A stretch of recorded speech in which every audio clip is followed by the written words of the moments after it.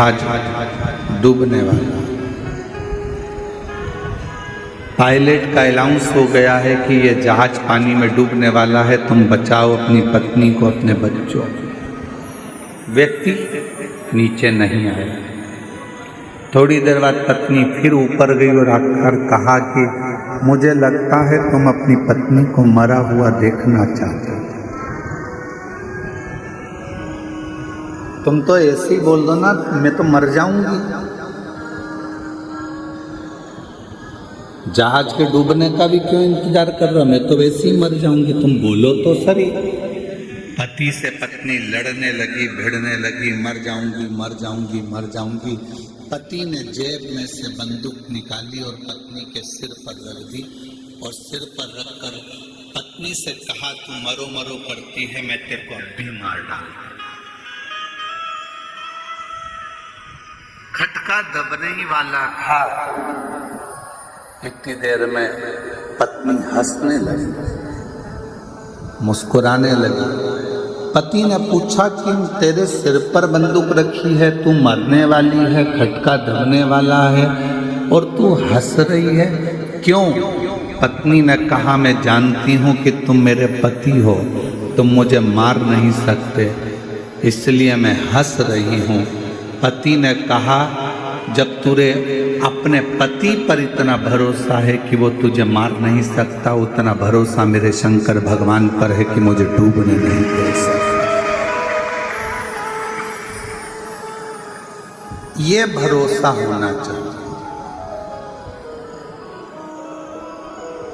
NEET का exam देने वाली मेरी बेटी से निवेदन है कि तू चिंता मत कर, तू अपनी मेहनत कर, तुझे चिंता करने की जरूरत नहीं है। तुम्हारी मम्मी ने शंकर भगवान को अपना पिता माना है। यहाँ पर जितनी मेरी जीजियां बैठी हैं, सबने शिव जी को अपना बाप माना। जब नाना ही अपना शंकर है तो फिर टेंशन लेने की जरूरत नहीं है, सब में सफलता है। आप क्यों चिंता करना?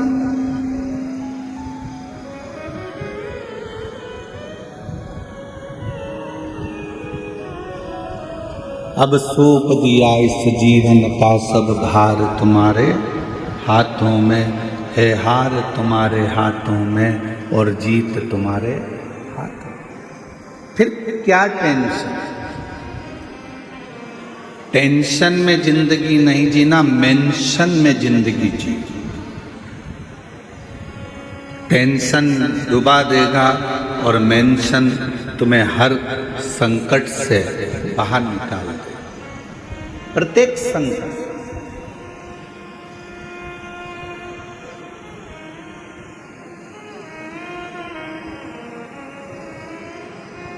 और अंत समय प्रभु आना पड़ेगा, वचन दिया तो निभाना पड़ेगा। आए ना प्रभु कुटुंब कबीरा, अंत समय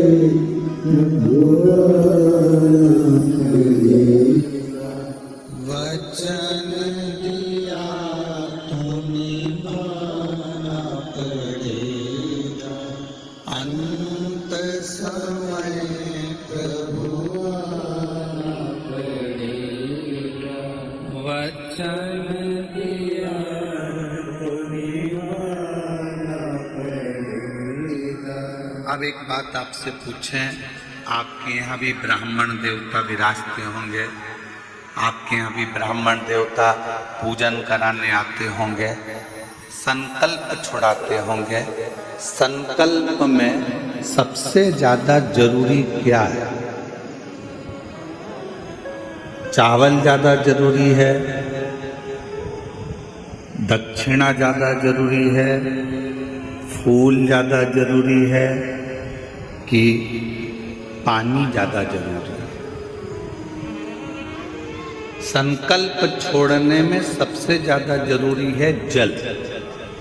चावल नहीं होगा तो भी चलेगा, फूल नहीं होगा तो भी चलेगा, दक्षिणा नहीं होगी तो भी चलेगा। आप जब स्नान करने के लिए किसी पवित्र नदी में जाती हो, कोई पवित्र नदी में पहुंचती हो, गंगा, यमुना, सरयू, सरस्वती, नर्मदा आदि, कावेरी आदि नदियों में जाती हो, वहां तुम्हारे पास कुछ नहीं होता तो पानी हाथ में लेकर संकल्प छोड़ दो। तुम्हारे पास में अगर चावल नहीं है, फूल नहीं है, बेलपत्र नहीं है, दक्षिणा नहीं है, कुछ भी नहीं है, तो भी अगर हाथ में जल है तो तुम्हारा संकल्प अर्थात वो छूट रहा है, ये निश्चित है। और तुम रोज 1 लोटा जल लेकर शंकर जी के मंदिर में जब विश्वास का संकल्प लेकर जाती हो तो शंकर जी उस संकल्प को पूर्ण जरूर करते हैं, शिव उस संकल्प को पूरा जरूर करते हैं। एक विश्वास का संकल्प अपने भीतर। एक पत्र है, अच्छा है,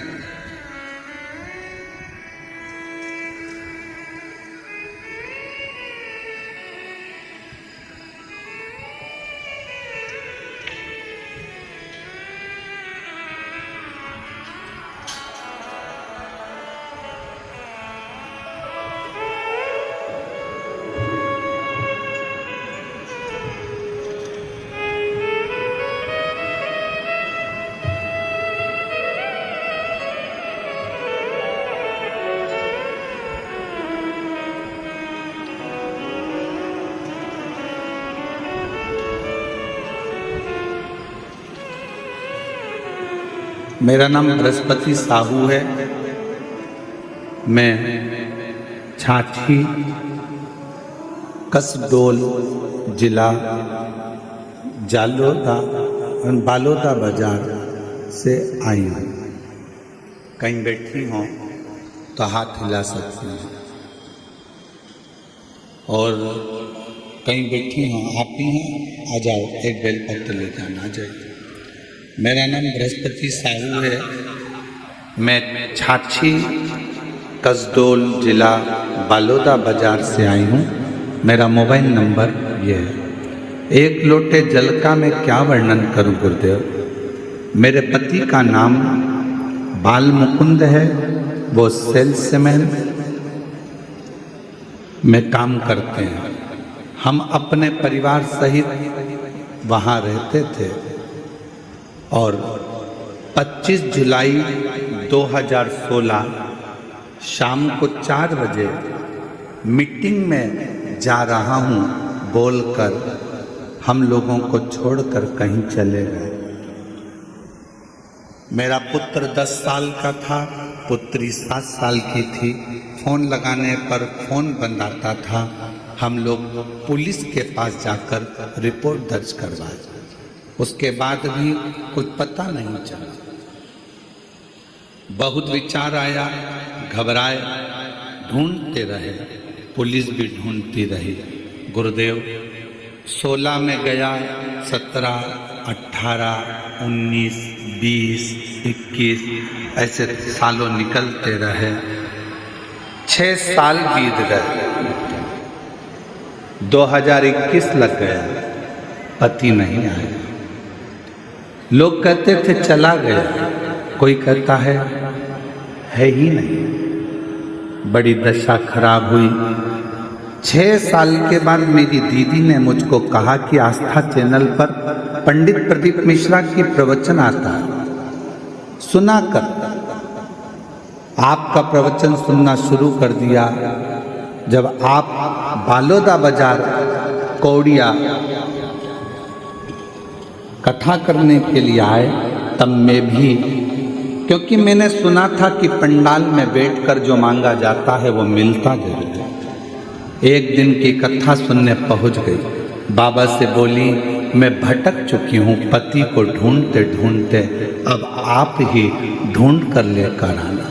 उसके साथ जब पशुपतिनाथ का व्रत करने लगे व्रत रखने पर सभी का मनोकामना पूर्ण हो जाती है। मैंने भी व्रत गुरुदेव सन 2023 में चालू कर दिया। सिर्फ एक ही बार व्रत रखा, फिर बाबा से बोली जैसा भी हाल में हो मेरा पति मुझे लौटा दो। 8 साल बीत गए गुरुदेव, बाबा की ऐसी कृपा हुई। बिल्कुल सत्य है गुरुजी कि कथा के पंडाल में बैठकर जब आप श्री शिवाय नमस्तुभ्यम कहते हो, बाबा से अपने दिल की बात कहने को कहते हो, ऐसा लगता है शंकर सुनता है। 9 दिसंबर 2024 को 8 साल के बाद मेरे पति मुझे ढूंढते ढूंढते अपने घर आ गए। बाबा की कृपा से 8 साल के बाद मेरे पति, 8 वर्ष के बाद ढूंढते ढूंढते पूछा गया कि तुम कहाँ चले गए थे। कहा किसी ने मेरी भ्रांति कर मुझे सुध नहीं था। 8 साल तक उसकी सुध चली। कहा कैसे? और तेरी कृपा का क्या है भरोसा, कब किस पर हो जरा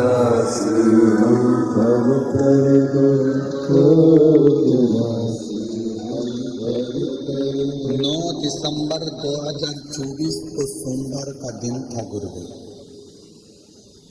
सोमवार का दिन था। बाबा से बस मैंने इतना ही रो रो कर कहा, बाबा, और सीहोर वाला महाराज कहता है कि जो मांगोगे वो मिलेगा, तो क्या मुझे तू खाली रख देगा? तू तो मेरा बाप है ना, क्या अपने दामाद को नहीं ढूंढ सकता? और सोमवार के दिन मेरे बाबा ने कृपा कर कर मेरे पति को मेरे पास भेज दिया।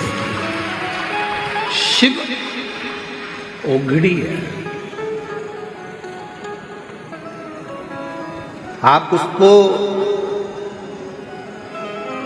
एक विश्वास के साथ, एक भरोसे के साथ, दृढ़ता के साथ यदि ढूंढते हो तो वो क्यों ना। दुनिया वाले आज शिव महापुराण को नहीं समझ रहे। दुनिया के लोगों को तो केवल प्रदीप मिश्रा ने ये बोल दिया, प्रदीप मिश्रा ने वो बोल दिया, अपशब्द कह दिए, ताना दे दिया, ये कह दिया, वो कह दिया। जब तक जगत गुरु शंकराचार्य जी पृथ्वी पर थे उनको भी किसी ने नहीं जाना। शंकर के भक्त को पहचानने के लिए ना जाने कितने जन्म लेना पड़ेंगे, तब जाकर शिव भक्त को पहचान।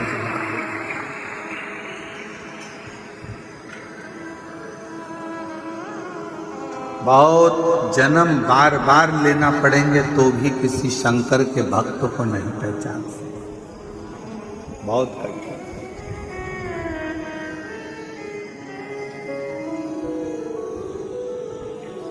लाखों में शिव भक्त आते हैं। क्यों आएंगे ये? जब तक इनकी झोली बाबा भरेगा नहीं, तो ये एक कथा में आकर, 2 कथा में आकर, 5 कथा में आने के बाद कोई नहीं आएगा। ये भी दूसरे से जाकर कह देंगे मत जाना, हम तो 5 कथा में गए थे, हमारा नहीं सुना। जरूर मेरे बाबा ने इसका हाथ पकड़ा होगा तो इसने भी पड़ोसी से कहा होगा कि एक बार कथा जाकर कहीं पंडाल में जरूर, खाली नहीं रहता।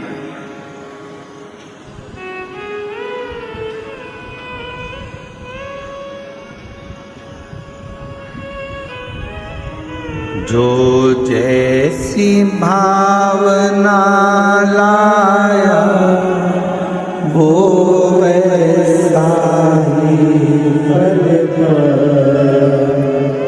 जो जैसी भावना वो वैसा ही फल पाया। नहीं खाली उसे लौटाया वो मन ही मन नहीं खाली उसे लौटाया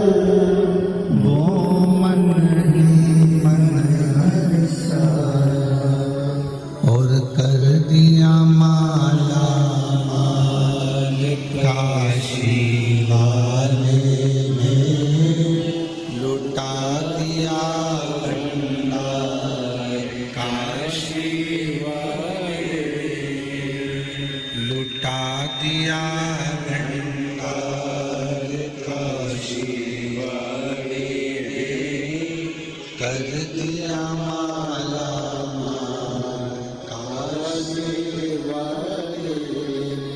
इस संसार सागर में खुद पर विश्वास, अपने काम पर विश्वास और महादेव पर विश्वास आपको अपनी मंजिल तक पहुंचाए। उस बहन से पूछो जिसका पति 8 साल पहले चला गया, ढूंढ ढूंढ कर थक गई हो, पुलिस में कंप्लेंट कर दी हो, पुलिस भी ढूंढ रही हो, मिलता ही नहीं।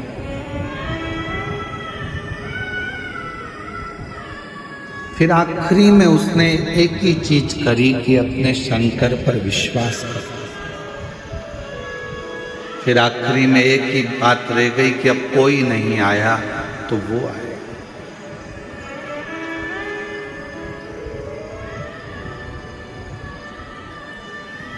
करो भरोसा, विश्वास खुद पर करना, खुद की मेहनत पर करना और महादेव पर करना।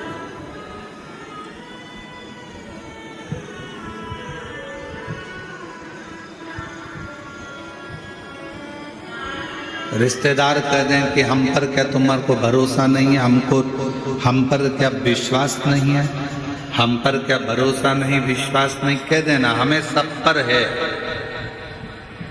पर दृढ़ विश्वास तो मैं अपने आप पर करता हूं, अपने मेहनत पर करता हूं और अपने महादेव पर करता हूं।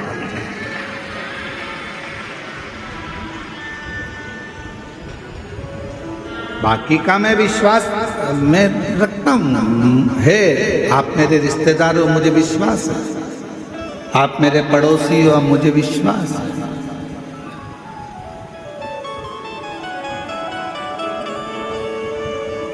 पर मेरा भरोसा तो मेरा देव अधिदेव महादेव।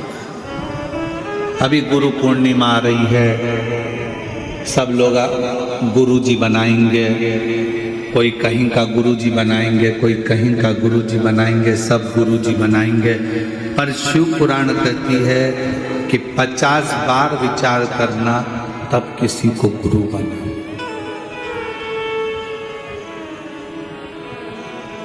1000 बार सोचना तब किसी को गुरु बना।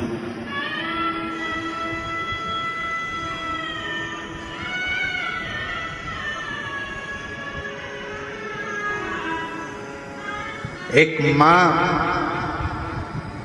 अपने बच्चे को जन्म देती है और दूसरा गुरु अपने शिष्य को जन्म देता है। माँ अपने बच्चे को जन्म देती है और उसको संस्कारों में पिरो देती है और उस बच्चे को बड़ा कर देती है। उसी तरह गुरु अपने संस्कारों से, अपने भजन से, अपने कीर्तन से, अपने मंत्र से अपने शिष्य को श्रेष्ठ बनाकर, माँ अपने बच्चे को संस्कारित बनाकर उसको अच्छी एजुकेशन दिलाकर अच्छी कंपनी में जॉब करा देती है, गवर्नमेंट जॉब करा देती है या व्यापार खुला देती है। और गुरु किसी कंपनी में जॉब नहीं कराता, गुरु उस परमात्मा से मिलाने का प्रयास करता है, अपने दिल को मजबूत करने का।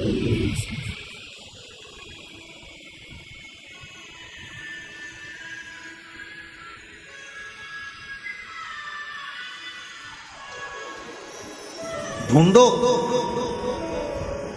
कभी ऐसा गुरु मत ढूंढना जिंदगी में जो दूसरों की बुराइयों में लगा हो। कभी ऐसा गुरु मत ढूंढना जिंदगी में जो दिन भर निंदा में लगा। कभी ऐसा गुरु जीवन में मत ढूंढना कि जो लोगों के लिए अपशब्द कहता हो। कभी ऐसा गुरु मत ढूंढना जो जिंदगी भर बस श्राप देता हो, बद्दुआ देता हो, अपशब्द कहता हो, जिसके मुख से कभी भगवान का नाम प्रबलता में नहीं निकला, जिसके मुख से कभी गौ माता के कल्याण की बात ना निकली हो। जिसके मुख से कभी राष्ट्र के कल्याण की बात ना निकली हो, जिसके मुख से संसार के उद्धार की बात ना निकली हो, जिसके मुख से कभी छोटी बेटियों को बचाने की बात ना निकली हो, ऐसा गुरु नहीं चाहिए। गुरु वो होना जो हमारा भी कल्याण करे, राष्ट्र का भी कल्याण करे और जगत का भी कल्याण करे, वो गुरु हो। और नहीं मिले तो एक लोटा जल चढ़ाकर शंकर जी के शिवलिंग पर स्पर्श कर कर उसको अपना गुरु मानकर उसकी आराधना कर। वो भी नहीं मिले, अपने घर में अपना पति है, उस पति को ही उसके वचन का स्मरण कर कर, उसी को परमेश्वर मानकर, उसी को गुरु मानकर, उसी की आज्ञा का स्मरण करना प्रारंभ कर दो। अपने घर में बुजुर्ग माता पिता हैं, अपने घर में बूढ़े सास ससुर हैं, उनको गुरु मानकर, उनकी आज्ञा का सिरोधार्य कर कर, उन्हीं की सेवा कर कर, उनको गुरु मानकर अपने जीवन का कल्याण कर। अपने घर में कोई बुजुर्ग है, कोई बूढ़ा है, बुजुर्ग है, बहुत ज्ञानी है वो, उसने जिंदगी के थपेड़े बहुत खाए हैं, कोई ना मिले तो उसको गुरु बना ले।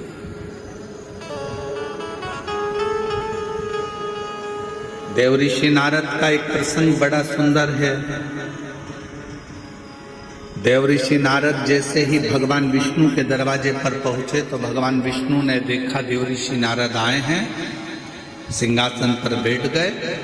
देवऋषि नारद जब चले गए तो भगवान नारायण ने लक्ष्मी जी से कहा, जहां पर नारद बैठा था वहां गाय के गोबर से लीप दो, गाय का गोबर लाओ, लीपो। लक्ष्मी जी ने पूछा, देवऋषि नारद आकर बैठे थे कुर्सी के ऊपर, सिंहासन के ऊपर, और आप कह रहे हो कि उसको लीप दो, उसको लीप दो।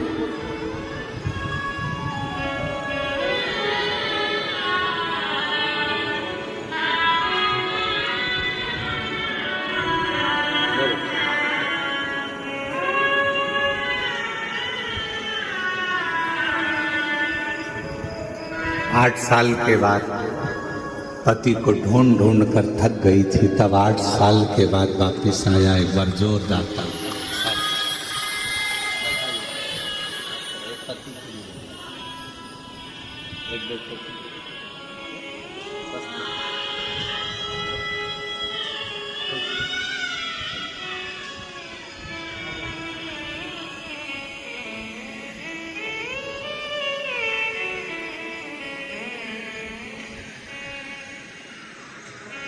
शिव कथा कर, भगवान शंकर का चरित्र कर, शिव पुराण कर,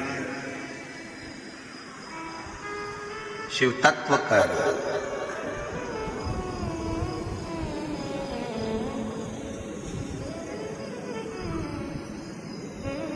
देवऋषि नारद जिस सिंहासन पर बैठे थे वहां गोबर से लिपा रहे हैं भगवान नारायण। लक्ष्मी जी ने पूछा क्यों? कहा ये नुगरा है, इसने गुरु मंत्र नहीं लिया, गुरु मनाया नहीं है इसने जिंदगी में।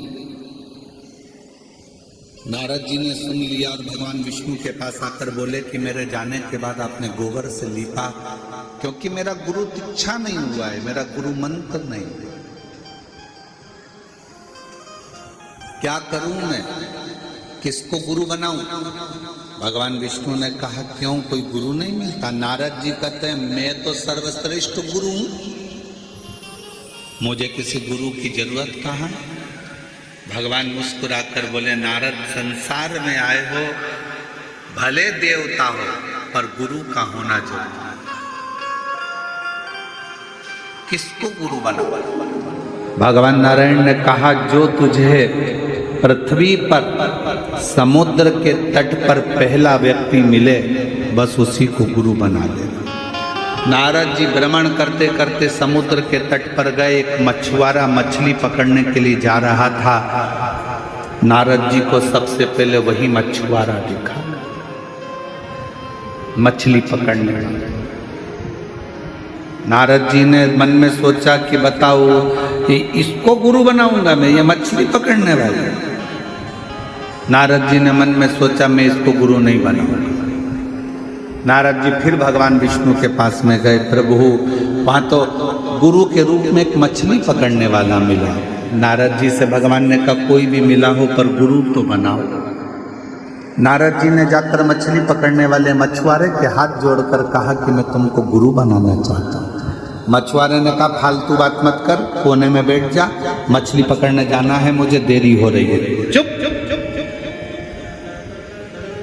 नारद जी चुप होकर बैठ गए। मछुआरा फिर आया। नारद जी ने कहा कि मुझे मंत्र दे दो। चुप। नारद जी चुप बैठ गए। नारद जी ने सोचा मंत्र एक ही मिला है, इसके मुंह से केवल चुप। तो नारद जी भी उसी मंत्र का स्मरण करते करते भगवान विष्णु के पास जाकर कहे, प्रभु गुरु भी मिला तो ऐसा गुरु मिला जिसने मंत्र तक नहीं दिया, केवल कह दिया चुप, इसके सिवाय कोई मंत्र नहीं देता। ऐसा गुरु किस काम का। भगवान विष्णु को क्रोध आ गया। नारायण ने कहा, नारद तुमने मेरे पास आकर अपने गुरु की निंदा करी है, मैं तुम्हें श्राप देता हूं, 84 लाख योनियां तुम्हें काटना पड़ेगी। 84 लाख योनियों के चक्कर काटना पड़ेंगे तुमको। नारद जी तो हाथ जोड़कर खड़े हो गए, क्षमा कर दो प्रभु, मुझसे गलती हो। अब तो मुझे 84 लाख योनियां काटना पड़ेंगी, अब करूं क्या। लक्ष्मी जी से पूछा, आप बताओ। लक्ष्मी जी बोले, मैं क्या बताऊं। फिर पहुंचे ब्रह्मा जी से कि मुझे 84 लाख योनियां काटना है पृथ्वी पर, आप बताओ क्या करूं। ब्रह्मा जी कुछ नहीं बोले। तब शंकर जी के पास गए। नारद जी क्या बात है। नारद जी ने कहा 84 लाख योनियां काटना है, भगवान का श्राप लगा है। शंकर भगवान ने कहा अपने गुरु के पास जा, वो बता देगा कि 84 लाख योनि कब कटेगी। गुरु जी से जाकर कहा, मछली पकड़ने जा रहा था मछुआरा, गुरु जी के पांव पकड़ लिए, अब तो छोड़ता नहीं नारद, कृपा करो। गुरु जी ने पूछा क्या हो गया। मछुआरे ने पूछा, मुझे श्राप लगा है, 84 लाख योनियों के चक्कर काटूंगा तब जाकर मैं पार उतरूंगा। इतने में गुरु जी ने कहा, तुझे 84 लाख योनियों के चित्र मालूम है कि हाँ मालूम है। गुरु जी बीच में खड़े हो गए और कहा, एक काम कर, 84 लाख योनियों के चित्र बना इस रेत पर, समुद्र के तट पर, और इसका चक्कर काट ले, पार हो जाएगा, निकल जा। मछली पकड़ने वाले मछुआरे ने 84 लाख योनियों के फोटो बनवाकर नारद जी से उसका चक्कर कटवा दिया। जैसे ही चक्कर कटा, भगवान विष्णु के पास गए। नारायण ने गले में माला पहनाकर कहा, वाह नारद, तुम तो इतनी जल्दी 84 का चक्कर काट कर आ गए। नारद जी ने कहा, जिसका गुरु मेहरबान तो पट्ठा पहलवान। महाराज साधारण बात नहीं है, मेरा गुरु मुझ पर मेहरबान हो गया।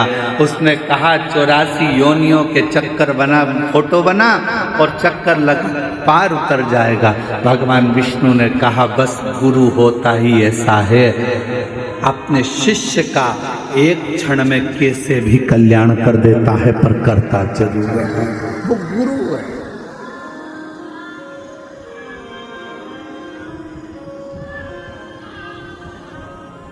महाराज इसीलिए शास्त्र कहता, ओम कहने से तर जाएगा तेरा जीवन, सवर जाएगा। ओम कहने से तर तेरा जीवन सवर जाएगा। आप अपने मुख से जो उच्चारण करते हैं, आप अपने मुख से जो स्मरण करते हैं, आप अपने मुख से जो नाम जाप करते हैं, वो नाम जाप एक ना एक दिन आपको आपकी मंजिल तक पहुंचा जाए।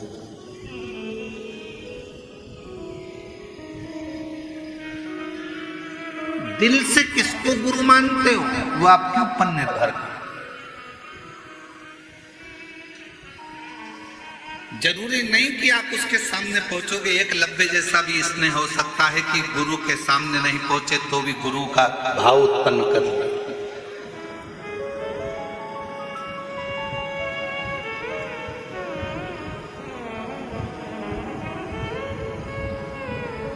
बस हृदय की पुकार, हृदय की। जरूरी नहीं कि कहीं आपको गुरु को ढूंढने जाना पड़े, जरूरी यह है कि अपना दिल कहाँ राजी होता है, कौन है जिसके शब्द हमारे हृदय में पहुंच जाएं और हमें भगवान से मिला दें। बस वो और गुरु बिन ज्ञान न उपजे, गुरु बिन संशय ना मिटे। जीवन में संशय को मिटाने वाला भी अगर कोई गुरु हो, भले आपकी सास हो, आपके ससुर हो, पति हो, पत्नी हो, यहाँ तक शास्त्र कहता है, माता देवहूति ने तो अपने बेटे को गुरु बना लिया था, कपिल महाराज। कोई तुमसे कहे गुरु जी कैसी बात करते हो, क्या अपने रिश्तेदार को गुरु बना? क्यों नहीं? माता देवहूति ने अपने पुत्र बेटा कपिल महाराज को अपना गुरु बनाया और कपिल महाराज ने अपनी मां को ज्ञान दिया था, मां बुढ़ापे में आंखों से अगर दिखना बंद हो जाए तो इन आंखों से ना देखते हुए भीतर की आंख से अंदर बैठे हुए परमात्मा को देखना चालू कर दे। ये कपिल महाराज बोले। कपिल देव महाराज ने कहा अपनी माता देवहूति से, मां बुढ़ापे में अगर सुनना बंद हो जाए, इंद्रियां काम करना बंद कर दे, तो अपने भीतर की आवाज सुनना प्रारंभ कर दे। कपिल देव महाराज ने कहा, मां अपने भीतर की आवाज सुन। रावण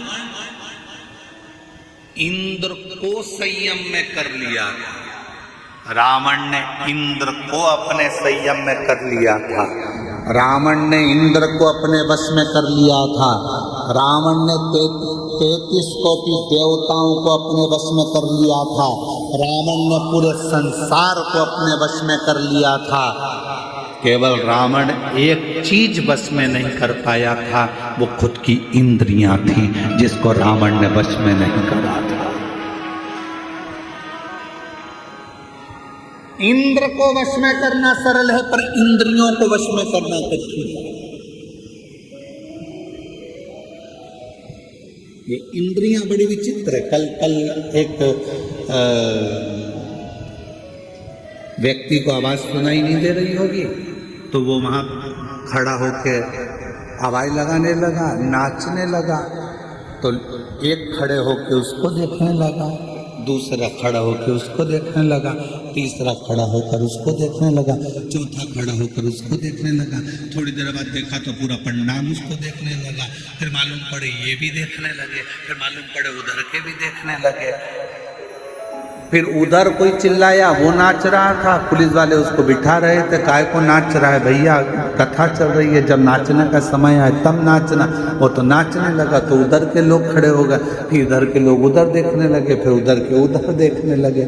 जरा विचार करो, अपनी इंद्रियां, ये नेत्र, ये जिह्वा, ये श्रवण, ये मन, अपनी इंद्रियां अपने संयम में नहीं हो पा रही, तो हम परमात्मा को कैसे देख पाएंगे?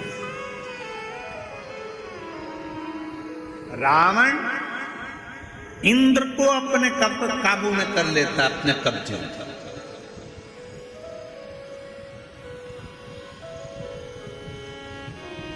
रावण इंद्र को अपने संयम में कर लेता है। रावण देवताओं को अपने कब्जे में कर लेता है। रावण सबको अपने अधीन कर लेता है। पर लंका का राजा रावण अपनी इंद्रियों को अधीन नहीं कर पाया। जानकी जी को देखा, इंद्रियां बिगड़ गई, लेकर आ गए।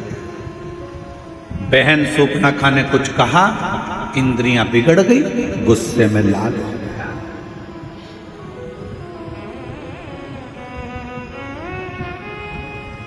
इन इंद्रियों को साधना कितना कठिन है।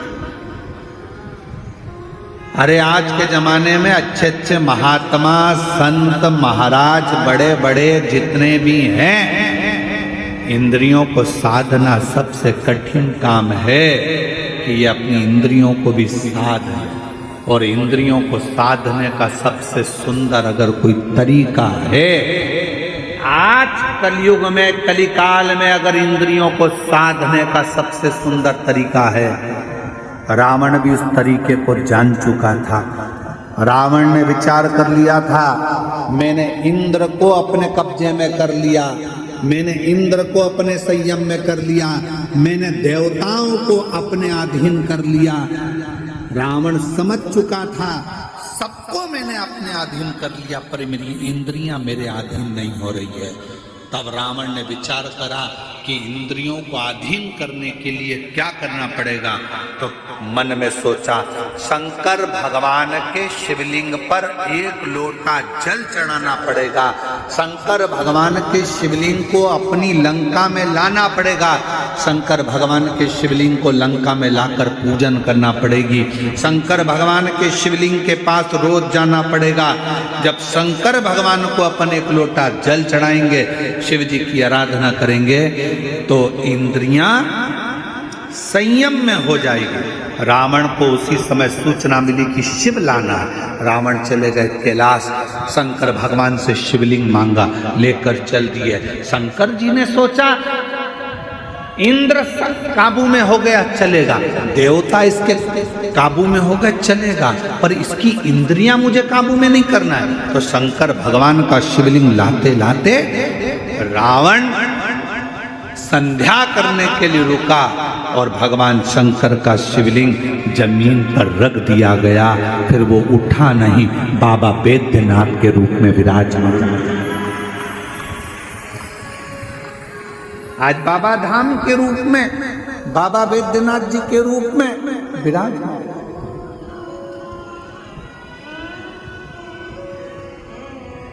शिव जी नहीं चाहते थे कि ये इंद्रियां संयम में हो।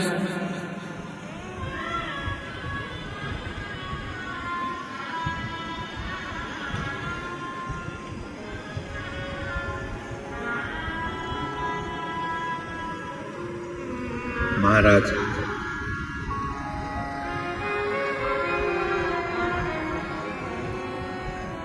ये इंद्रियां संयम में हो, ये बहुत कठिन विषय है। आज के जमाने में, कली काल में, इंद्रियों को संयम में लाने के लिए सबसे सुंदर तरीका है एक लोटा जल, सारी समस्या का। यह हमारी इंद्रियों को भी संयम है।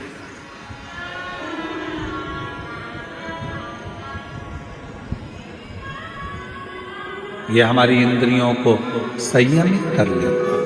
और जब हमारी इंद्रियां संयमित हो जाती हैं, जब हमारी इंद्रियों को संयम मिल जाता है, तो फिर ये जीव आप रूप अपने आप शिव की ओर दौड़ पड़ता है, शंकर की ओर।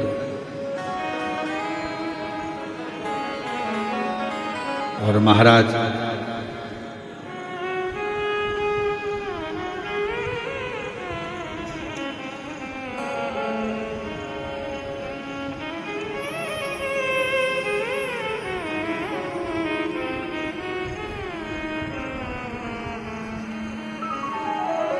इन इंद्रियों का संयमित होना ये निश्चित करता है कि हम शिव के कितने करीब हैं।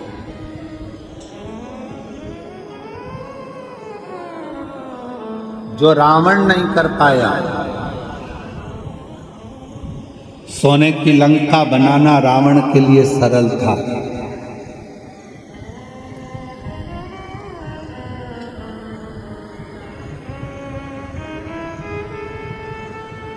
परिवार को बसाना रावण के लिए सरल था।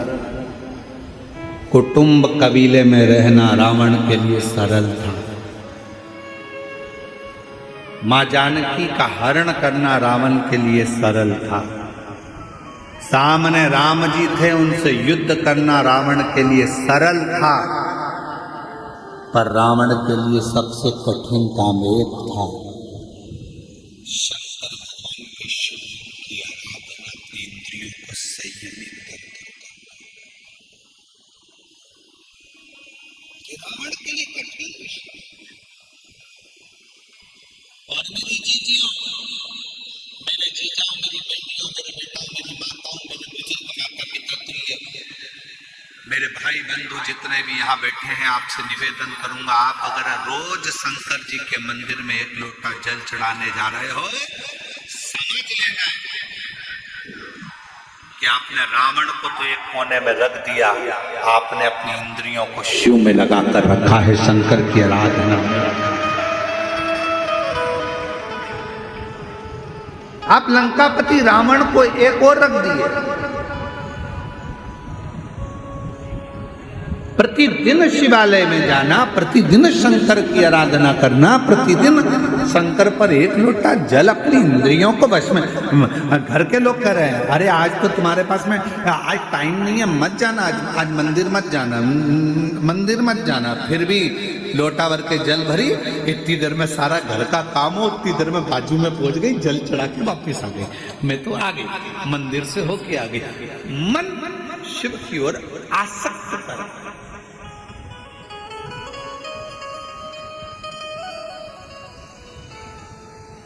एगो बहन आई है, शायद रायपुर से ही, वो जीजी की भी गई थी दर्शन। ये बताओ कि आप कथा में कह रहे थे कि भगवान शंकर के लिए समय मत करना, सुबह 9 बजे बांधोगे तो अर्चन डाल देगा, 10 बजे बांधोगे तो अर्चन डाल देगा, 11 बजे डालोगे तो अर्चन डाल देगा।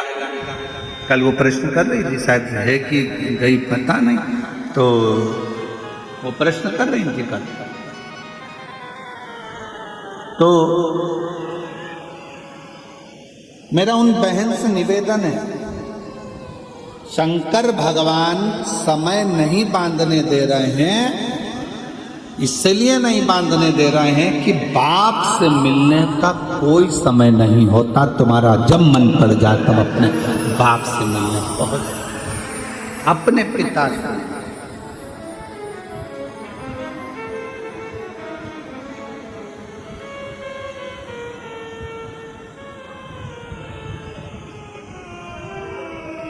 जब तुम्हारा दिल करे, जब तुम्हारा चित्त करे।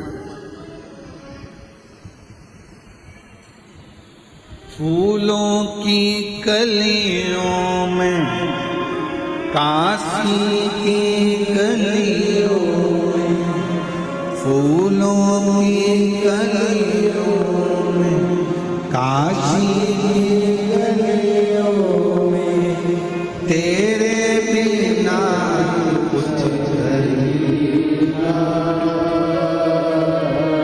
तेरे बिना भी क्या जीना, ओ बाबा रे,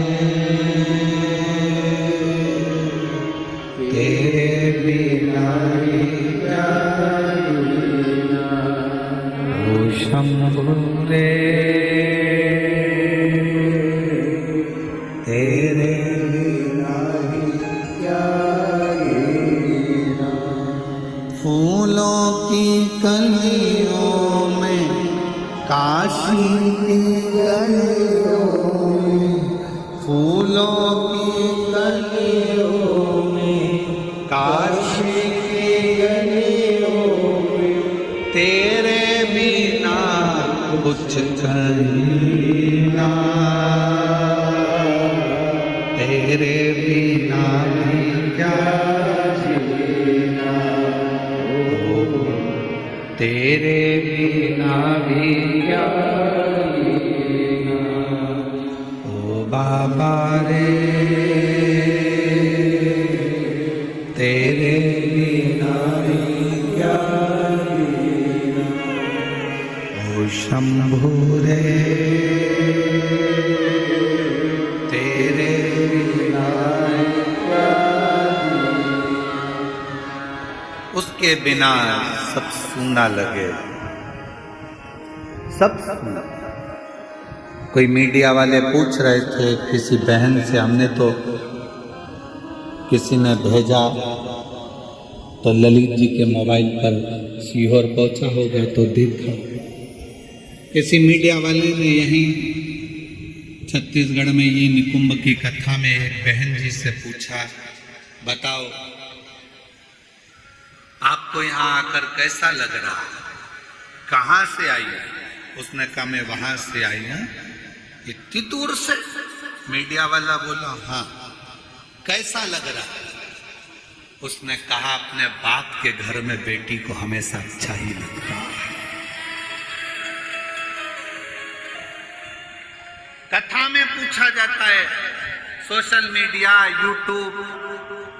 यूट्यूबर पूछते हैं आपको कैसा लग रहा है यहाँ आकर?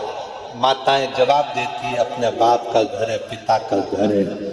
शिव महापुराण की कथा नहीं है, ये मेरे पिताजी से मिलने का एक स्थान है जहां पर बेटी अपने बाप से कहने के लिए आती है। फिर एक ड्रैगन साइकिल चलाने वाले, किसी के पाँव में तकलीफ थी, कोई ड्रैगन साइकिल चलाने वाले कोई भाई से पूछा, उसका भी यूट्यूब पे डाला, उससे पूछा तुम अपनी साइकिल से आए इतनी दूर? हाँ। कितना किलोमीटर दूर? कहा 35 किलोमीटर दूर साइकिल चला कर आए। हाँ, किसके लिए? तो वो ड्रैगन साइकिल वाले ने कहा देवादिदेव महादेव के लिए, मन में था इसलिए, मन में था, पहुंचा। और देखो ये लाखों की जो भक्ति दिख रही है, लाखों शिव भक्त यहाँ आए हैं, ये आप लोगों की भक्ति ही आपको लाई। अब आप इतनी सारी संख्या में यहाँ पहुँचे हो तो मेरे शंकर भगवान तुम तो यहाँ पहुँच जाते हो। तुम्हारे कथा में आने से आधे से ज़्यादा टेंशन शंकर जी को हो जाता है कि अभी आके बैठ गई है, आ गया है तो इसको देना तो पड़ेगा। देखो भाई, शादी में अगर आए हो तो फिर तुम जिसके घर आए हो तो उसको मिठाई का डब्बा या साड़ी या कपड़ा तो देना ही पड़ता है। उसी तरह जो शिव महापुराण की कथा में जाकर बैठ जाता है, शंकर भगवान को उसको देना तो पड़ता ही।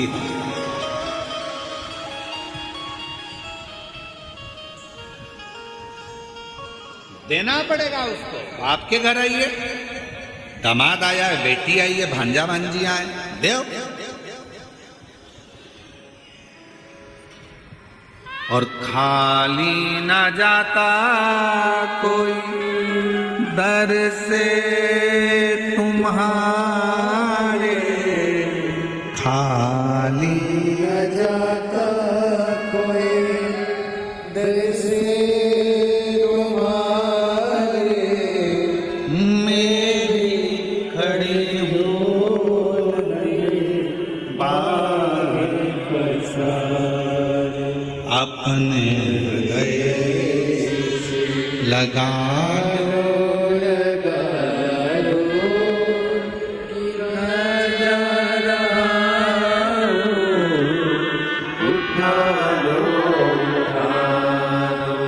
भोले अपने घर अब तो ना टालो, गिरा जा रहा हूँ, उठा लो। उसका फर्ज है।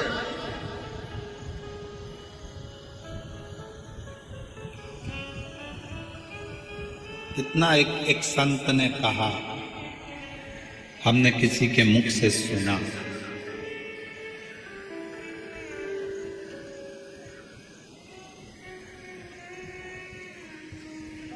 बेटे को देना कर्म है।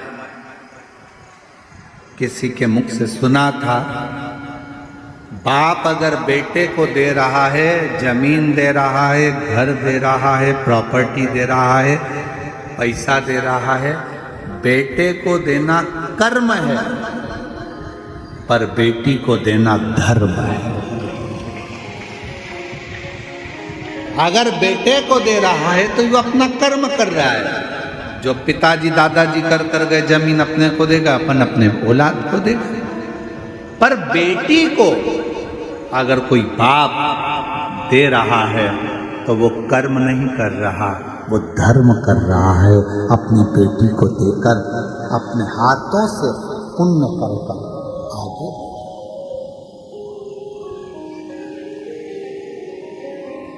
धर्म। इसलिए शायद मेरे भोले बाबा भी यही क्रम करते। इतनी सारी मेरी चीजें आती है ना बेटियां, तो उनको देकर धर्म उत्पन्न कर देते। ये देना मेरा धर्म है। आया है, खाली ना चले जाए, इसकी झोली भरना, इसको खुशियां देना, इसको प्रदान करना। आया है।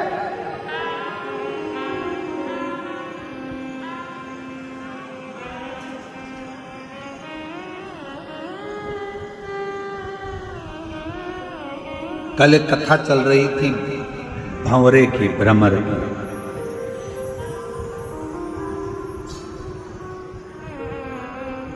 शिवजी ने पार्वती जी से पूछा था कि बचपन में मैंने तुम्हारे पास में मधुमक्खी भेजी थी, भंवरा भेजा था।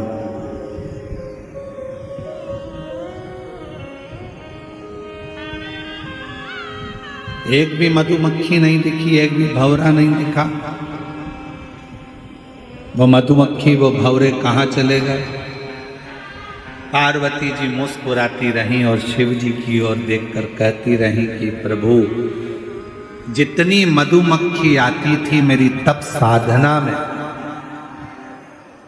जब मैं शंकर भगवान के पार्थिव शिवलिंग का पूजन कर रही थी, और मधुमक्खी जितनी आती थी, जितने भंवरे आते थे, वो मुझे पास में आकर गुंजायमान होते थे, मेरे आसपास में घूमा करते थे। पार्वती जी कहती हैं, मैंने उन सबको अपने में समाहित कर दिया, सबको अपने में समाहित।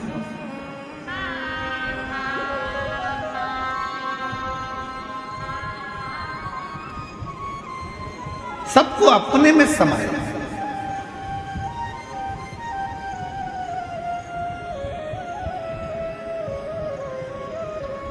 और कलयुग का सबसे बड़ा एक फल है, जितने शिव भक्त शिव महापुराण की कथा सुन रहे हो, जितने आस्था चैनल पर सुने, फेसबुक यूट्यूब पर सुने, मोबाइल पर सुने, चाहे कथा के पंडाल में सुन रहे हो, चाहे आस्था चैनल पर सुने, सुन लेना, कलयुग का सबसे बड़ा एक फल है, जो ना सतयुग में था, ना त्रेता में था, ना द्वापर में था। वो फल कलयुग को मिला। कौन सा फल है? जो सतयुग में नहीं मिला, न त्रेता में मिला, न द्वापर में मिला।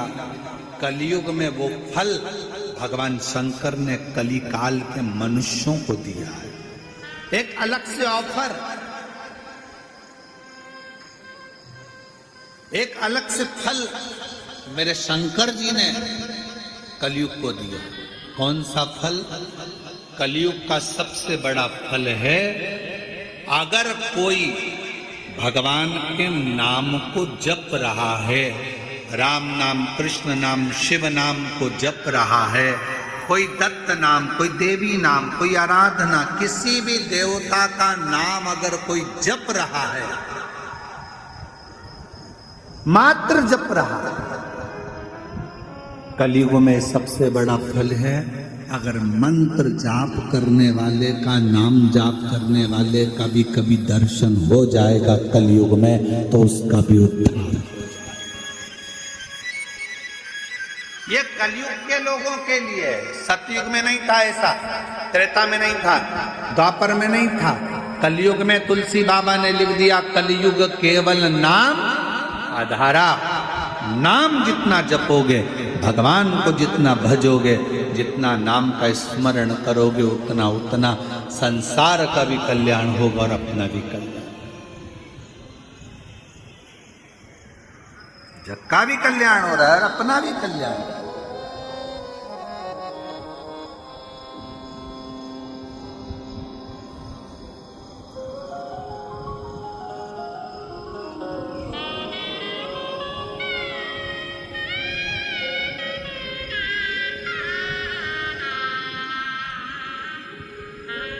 बस उसमें अपने हृदय को लेना।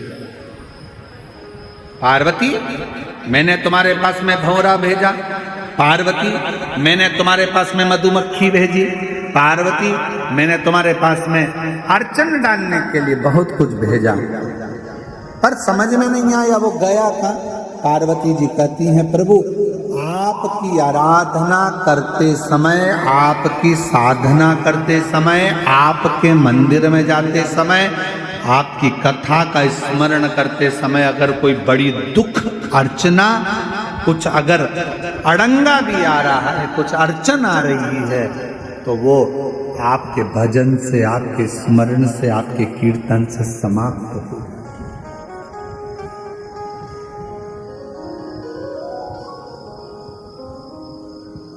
केवल आपके एक मंत्र उच्चारण से समाप्त हो जाए। इसलिए कलिकाल में नाम की बड़ी महत्वता है। श्री शिवाय नमस्तुभ्यं, श्री शिवाय। सब बोलो सब। पूरे पंडालों से आवाज आना चाहिए, जो लोग रोड पर बैठे हैं उनकी भी, जो बाहर बैठे हैं उनकी भी, और जो सामने बिल्डिंग पर चढ़े बैठे हैं उनकी भी, और जो गाड़ियों पर चढ़ चढ़ कर बैठे हैं उनकी भी आवाज यहाँ तक पहुँचना चाहिए। सब बोलो, श्री शिवाय नमस्तुभ्यं, श्री शिवाय नमस्तुभ्यं, श्री शिवाय नमस्तुभ्यं, श्री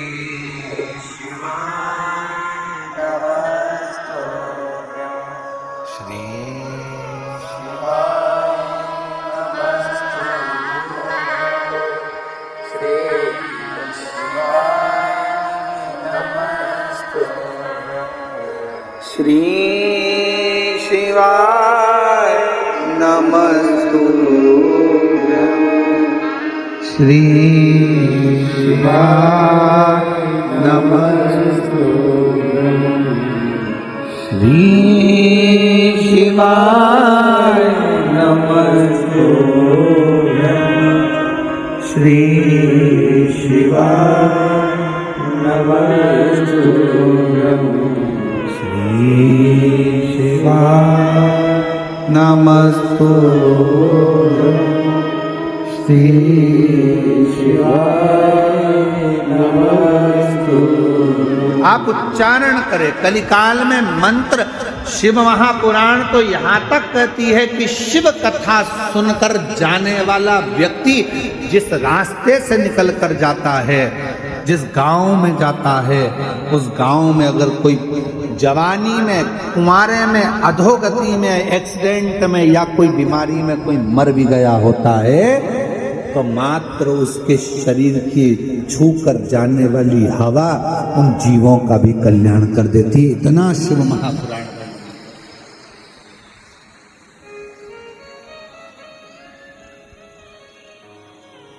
अपने दिल की बात अपने पास रखो, अपने मंत्र की बात अपने पास रखो, अपने स्मरण की बात अपने पास रखो।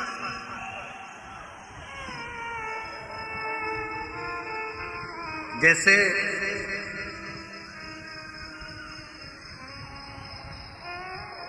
आज के जमाने में साइबर क्राइम ज्यादा हो रहा है।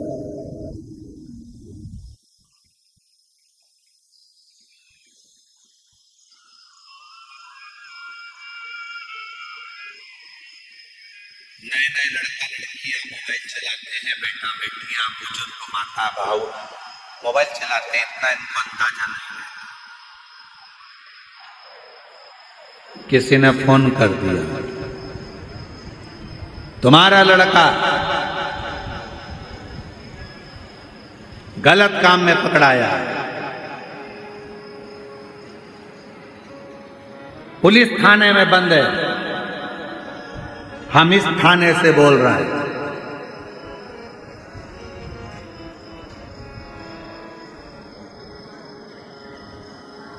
अगर लड़के को छुड़ाना है तो ऐसा करना होगा। तुम्हारे मोबाइल पर एक ओटीपी आएगा, वो ओटीपी नंबर बताओ, फिर तुम्हारे पास ये पहुंचेगा, ये बताओ। हाथ जोड़ कर कह देना, भैया ना तो मैं ओटीपी बताऊंगी और ना नंबर बताऊंगी। वो थाने वालों से निवेदन है कि हमारे गांव के थाने वाले को फोन करें और हमारे गांव के थाने वाले हमसे आकर मिले, तब ओटीपी बताऊंगी, नहीं तो बताऊंगी। क्यों फंसे हम? किसी साइबर क्राइम के अंतर्गत।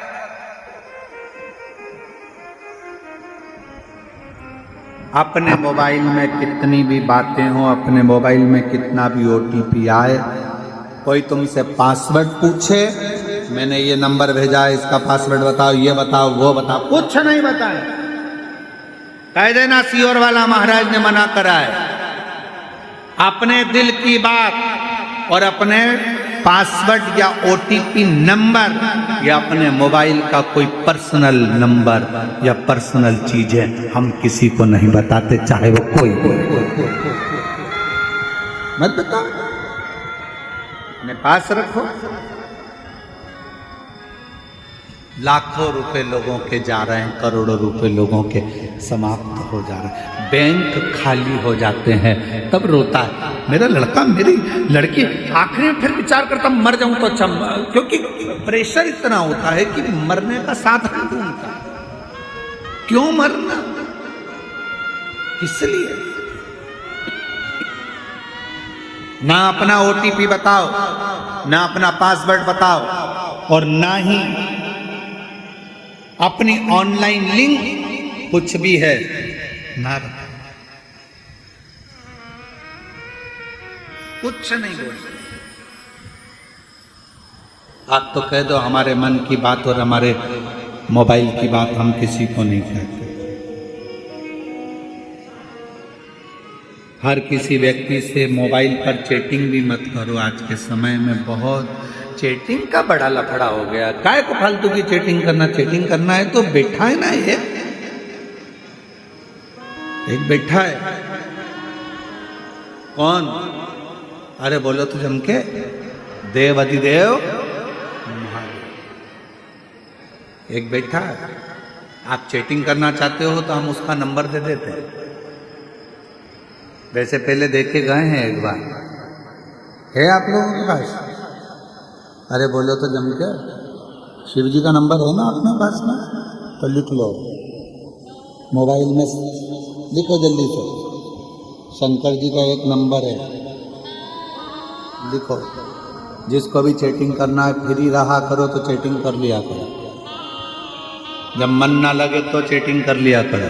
एक ही नंबर है, श्री शिवाय नमस्तुभ्यं, श्री शिवाय नमस्तुभ्यं। कभी कभी ये नंबर नहीं लगे तो दूसरा नंबर भी है। कभी कभी बिजी आ जाए, मान लो लाइन पे नहीं हो, तो दूसरा नंबर भी लिखो। ओम नमः शिवाय,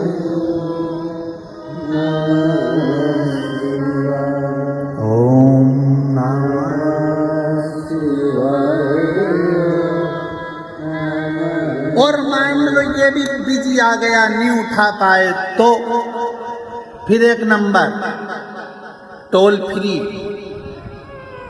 फिर एक नंबर आया टोल फ्री नंबर, हर हर महादेव शंभो काशी विश्वनाथ शंभो, हर हर महादेव शंभो काशी विश्वनाथ गंगे, हर हर महादेव शंभो काशी विश्वनाथ शंभो, हर हर महादेव शंभो काशी विश्वनाथ शंभो, काशी विश्वनाथ शंभो, काशी विश्वनाथ शंभो, काशी विश्वनाथ शंभो, काशी विश्वनाथ शंभो, हरि हरि महादेव शंभो काशी विश्वनाथ शंभो, हरि हरि महादेव शंभो काशी विश्वनाथ शंभो, काशी विश्वनाथ शंभो, काशी विश्वनाथ शंभो, काशी अमरनाथ शंभो, हर हर महादेव शंभो काशी विश्वनाथ शंभो, हरि हरि महादेव शंभो काशी विश्वनाथ शंभो, हरि हरि महादेव शंभो काशी विश्वनाथ शंभो।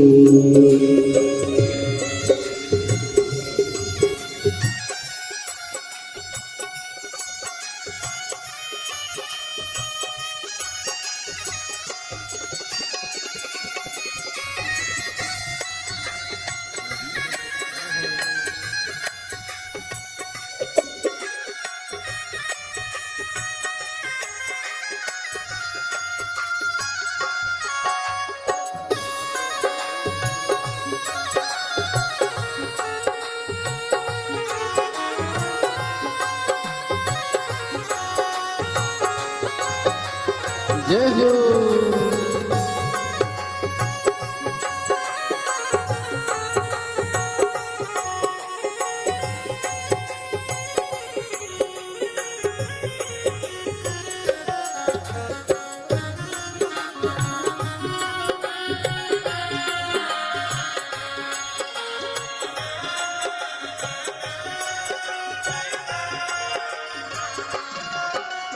नमो निरंजन निराकार साकार बने हर गंगा, साकार बने हर गंगा, साकार बने हर गंगा। नमो निरंजन निराकार साकार बने हर गंगा, साकार बने हर गंगा। कलित कपूल भाल दुर्राजत पिए हाल हरि बंगा, हरि हरि महादेव शंभो काशी विश्वनाथ गंगे, हरि हरि महादेव शंभो काशी विश्वनाथ गंगे, काशी विश्वनाथ गंगे, काशी विश्वनाथ गंगे, हरि हरि महादेव शंभो काशी विश्वनाथ गंगे, हरि हरि महादेव शंभो काशी विश्वनाथ गंगे। गंगे काशी विश्वनाथ गंगे, काशी विश्वनाथ गंगे, काशी विश्वनाथ गंगे, हरि हरि महादेव शंभो काशी विश्वनाथ गंगे, हरि हरि महादेव शंभो काशी विश्वनाथ गंगे।